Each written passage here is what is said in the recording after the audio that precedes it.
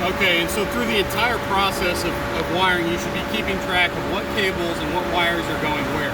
There are specific tricks to tracking this. There are a few different methods that people use, but whatever method you choose to use, whether it be knotting the end of the wire or laying them in a specific order through the clips, it doesn't matter which way you choose as long as it's efficient for you and you can acknowledge and understand where those wires need to go. A good trick here is to run your 2-wire through the slot here to keep them organized. The first wire that's going to run in is your APS headspace. If you do not have an APS headspace, the first wire will be your center cable. From there, you're working your perimeter cables. The way that we number our perimeter cables is starting at the stairs, the first one to the right, and counterclockwise. So the first cable is going to be this one right next to the ladder, and that's this cable here. The second one will be the following one counterclockwise. And the third one is the final cable on this bin, as it only has 3 perimeter cables. You can see they're nicely laid here. They're in order 1, 2, 3, 4, 5 as they'll go into the comm box specifically. It's important to keep this consistent across the board. That way, if we end up with any damage or anything that we're going out for maintenance, it's easy to track which cable it is that needs worked on. If you have a 2-wire that's loose and you're having to fumble through and try and figure out how it's routed, then we're all losing time, and it can definitely be a pain. So next thing I'm going to do is go ahead and attach the comm box. In this case, it's a node bin. So what you'll notice is there's a slot here for an antenna. That's going to be the main difference between a node bin and a coordinating bin. The coordinating bin will have an antenna here, and on the C-board there will be a connection that they can attach that antenna to.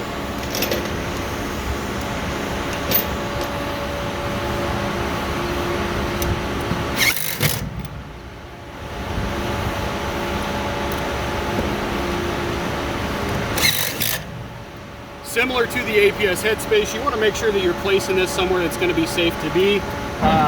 You're going to run into some different obstacles depending on the bin that you're on.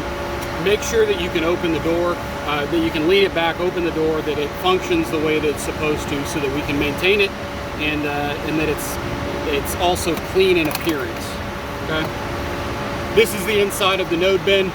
This is going to be our C board, our B board that has all of our Phoenix clips for these wires, and it has a 4-pin Phoenix clip for the 4-wire. As you can see, I've got it ran here. I'm going to go ahead and trim this off because I don't need that much extra, right? What we do want to allow for is some additional space so that you have a drip loop when the node bin or coordinator is closed, and it allows you some space to work when you're actually doing the install and wiring everything in.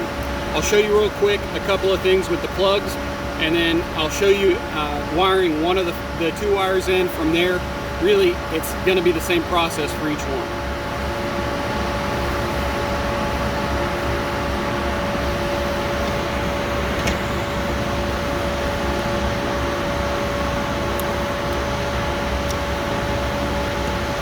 Your first plug has 4 holes in it. All of the plugs will have 4 holes in them. This one in particular is going to be my first plug.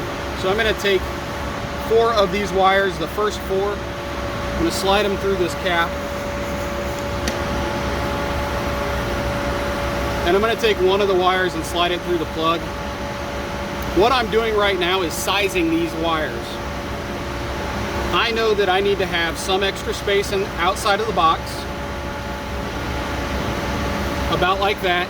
And I know that this 2-wire needs to get to, at a maximum, that top of that Phoenix clip. So I'm going to trim it right there. And then I can pull that out and I can trim the rest of these to the size that they need to be. Okay? Now I'm done trimming these, aside from actually wiring it in.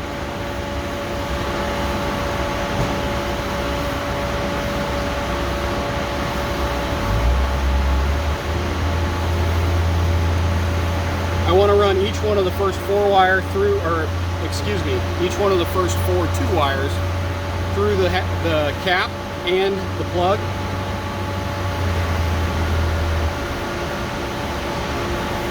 From here, I can strip these as appropriate.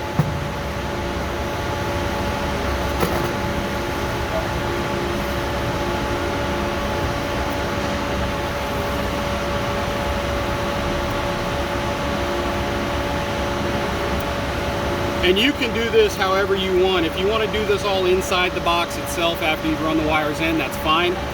But typically I find it a little bit faster to go ahead and do this outside of the box where I've got more room to play. I'm not confined to that small space.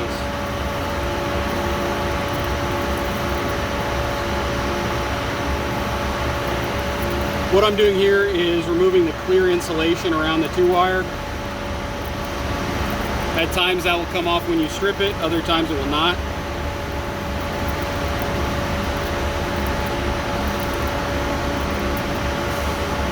And then I'm going to strip each one of these wires.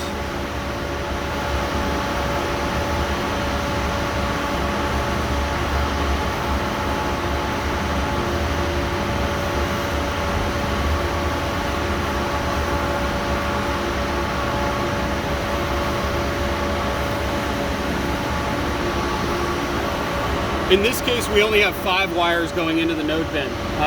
Because of that, what I'm doing is simply running number 1 through number 5. If I had more than 5, so that I have to come to this bottom row of clips, then I'm going to run the last wires first, and then those final wires are going to be the first 5. It keeps a neater appearance, and it allows for better organization once you're in the box.